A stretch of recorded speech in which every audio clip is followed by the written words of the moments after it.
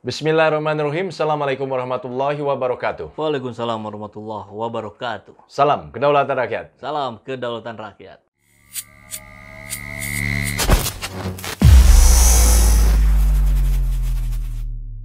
Sahabat, seperti kita ketahui bahwa Imam Besar Habib Rizik Syihab sudah bebas ya.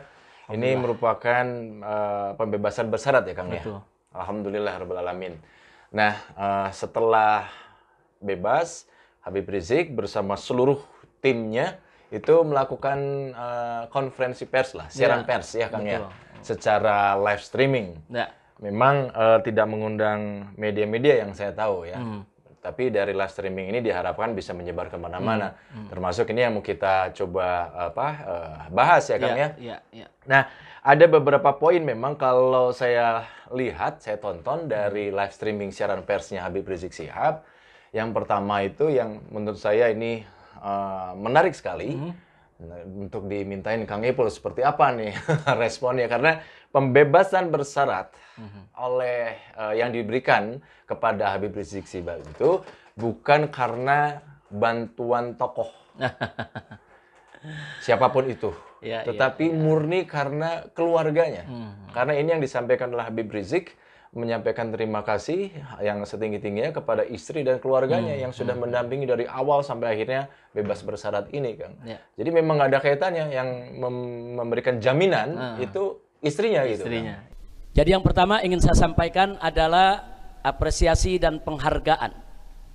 Rasa terima kasih yang tinggi kepada istri saya tercinta Asy-Syarifah Fadlun binti Fadil bin Hasan Ibnul Habib Al-Mufti Utsman bin Yahya, yang mana beliau dengan segenap 7 putri saya selama ini dengan setia mengikuti dari mulai awal pemeriksaan sampai persidangan, sampai juga kepada penahanan, dan kemudian rutin pembesukan, kemudian rutin terus memberikan semangat, dan pada akhirnya juga harus keluarga juga yang harus memberikan jaminan untuk pembebasan bersyarat. Jadi ini sengaja saya garis bawahi, pembebasan bersyarat saya bukan pemberian partai politik, bukan pemberian pejabat, bukan pemberian kekuasaan, bukan. Tapi ini merupakan satu proses hukum yang nanti akan dijelaskan oleh para pengacara saya. Dan yang memberikan jaminan adalah istri saya tercinta Syarifah Fadlun binti Fadil bin Utsman bin Yahya. Ya, saya mau komentar tentang live streaming dulu itu. Itu kan di IBTV.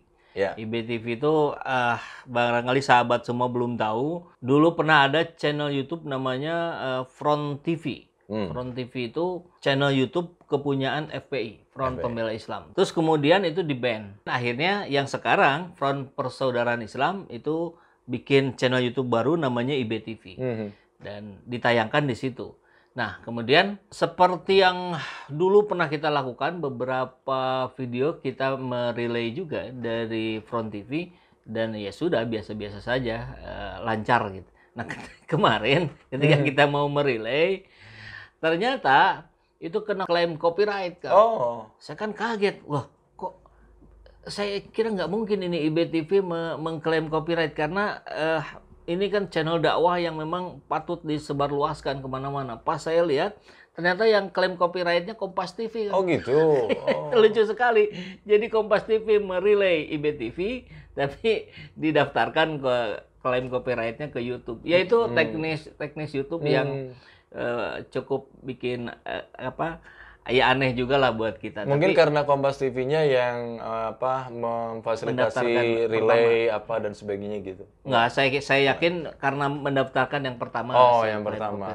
Kan hak cipta juga begitu. Ya, seperti yang kita tahu ramai-ramai kemarin Malaysia itu dari Indonesia itu macam seni segala macam ya. Tapi ya didaftarkan yang pertama oleh Malaysia, ya Malaysia yang berhak. Padahal kalau bicara soal hak cipta ya IBTV ya. Iya begitu. Ya kemudian masuk ke konten yang menarik juga, karena kita lihat di bulan Mei kemarin itu ada berita kan bahwa Gerindra akan menyurati Pak Jokowi untuk membebaskan IBHRS. Wah, itu kan rakyat langsung memberikan tanda tanya yang sangat besar. Kenapa tiba-tiba kemarin-kemarin kemana aja gitu.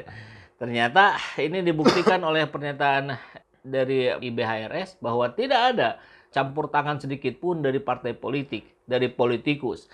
Dan yang membantu ya tadi keluarganya dan dibantu oleh sahabat-sahabatnya. Yeah. Termasuk tim kuasa hukumnya yang cukup banyak juga yang dikomandoi oleh Aziz Yanuar. Ya ini sekali lagi membuktikan bahwa kita harus berhati-hati dengan partai politik apapun itu gitu ya. Karena mereka akan selalu berusaha untuk meraih dukungan. Saya kira itu tidak masalah ketika partainya memang komitmen konsisten. Tapi kalau yang macam Gerindra ini mohon maaf gitu kan, kita tahu sendiri Prabowo tidak pernah bicara sedikit pun tentang IBHRS. Tidak pernah ada keberpihakan yang dinyatakan dari mulut Prabowo sendiri. Dan dia sendiri meninggalkan kesan begitu sangat kuat di masyarakat. Jadi wajar saja kemudian IBHRS menyatakan dengan tegas tidak ada satupun yang membantu. Iya, iya. Karena berhubung sudah ngomong begitu, saya lompat ke terakhir di siaran pers itu, Kang. Gimana tuh? Bahwa Habib Rizik menyampaikan ke pembebasan bersyarat ini tidak ada keputusan politik. Ya. Artinya tidak ada deal-deal tertentu dengan politik manapun dan kesepakatan apapun gitu. Ya. Pembebasan saya pada hari ini tidak ada sangkut paut dengan keputusan politik apapun. Itu yang perlu saya sampaikan. Tidak ada sangkut paut dengan putusan politik apapun dari partai politik yang manapun.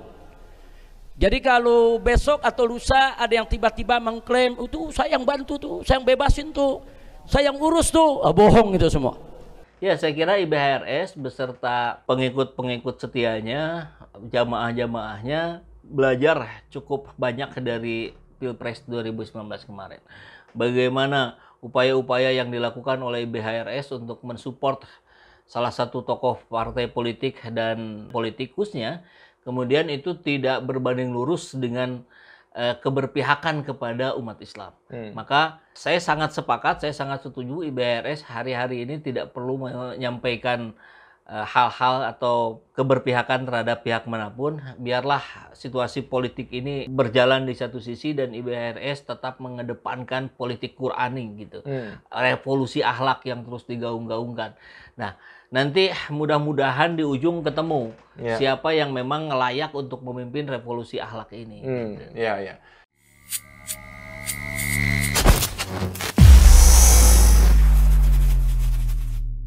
Bismillahirrahmanirrahim. Assalamualaikum warahmatullahi wabarakatuh. Sahabat semua, sudah berapa lama kita memendam kerinduan untuk berangkat ke Baitullah? Ya, apalagi setelah kemarin pandemi 2-3 tahun kita tidak bisa berangkat ke sana. Menunggu antrian haji kita tahu bersama. Belasan bahkan sampai puluhan tahun. Dalam konteks ini sebagai Saiful Zaman Channel bekerja sama dengan Al-Aziziyah Tour and Travel, insya Allah akan menyelenggarakan program untuk kita berangkat bersama saya. Insya Allah akhir November ya kita akan berangkat bersama SJ Channel. Maka tentu program-program yang akan kita jalani di sana ada kelebihannya, ada plusnya ya. Kita akan berkumpul berdoa bersama untuk memanjatkan doa bagi negeri ini agar menjadi lebih baik, agar dipimpin oleh pemimpin yang mengerti kehendak dan keinginan rakyat, pemimpin yang amanah. Ya, keberangkatan di akhir November tentu itu saat setelah Pak Anies selesai menjabat sebagai gubernur. Mudah-mudahan kita akan upayakan sekali dalam keberangkatan kita nanti turut ikut bersama kita Bapak Anies Rashid Baswedan. Insya Allah ya kita akan berangkat bersama Al-Aziziyah Tour and Travel yang telah berpengalaman lebih dari 8 tahun. Sebuah travel haji dan umroh yang super lengkap. Segala perlengkapannya diproduksi sendiri.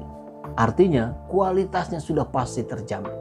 Tentu dengan jadwal yang jelas, transportasi yang nyaman, kita dibimbing oleh orang yang berpengalaman. Dan pastinya tentu semuanya menggunakan sistem yang syar'i. Bagi sahabat SJ Channel semua yang berminat untuk mengetahui informasi lebih lanjutnya, silahkan untuk mengontak ke nomor yang ini. Pastikan kenyamanan perjalanan ibadah umroh Anda bersama Al-Aziziyah Tour and Travel yang telah berpengalaman lebih dari 8 tahun dan memiliki legalitas yang jelas, kepastian jadwal, memiliki pabrik perlengkapan ibadah umroh sendiri, transportasi nyaman, harga terjangkau serta pembimbing berpengalaman dan sistem yang digunakan atas dasar cara yang syar'i.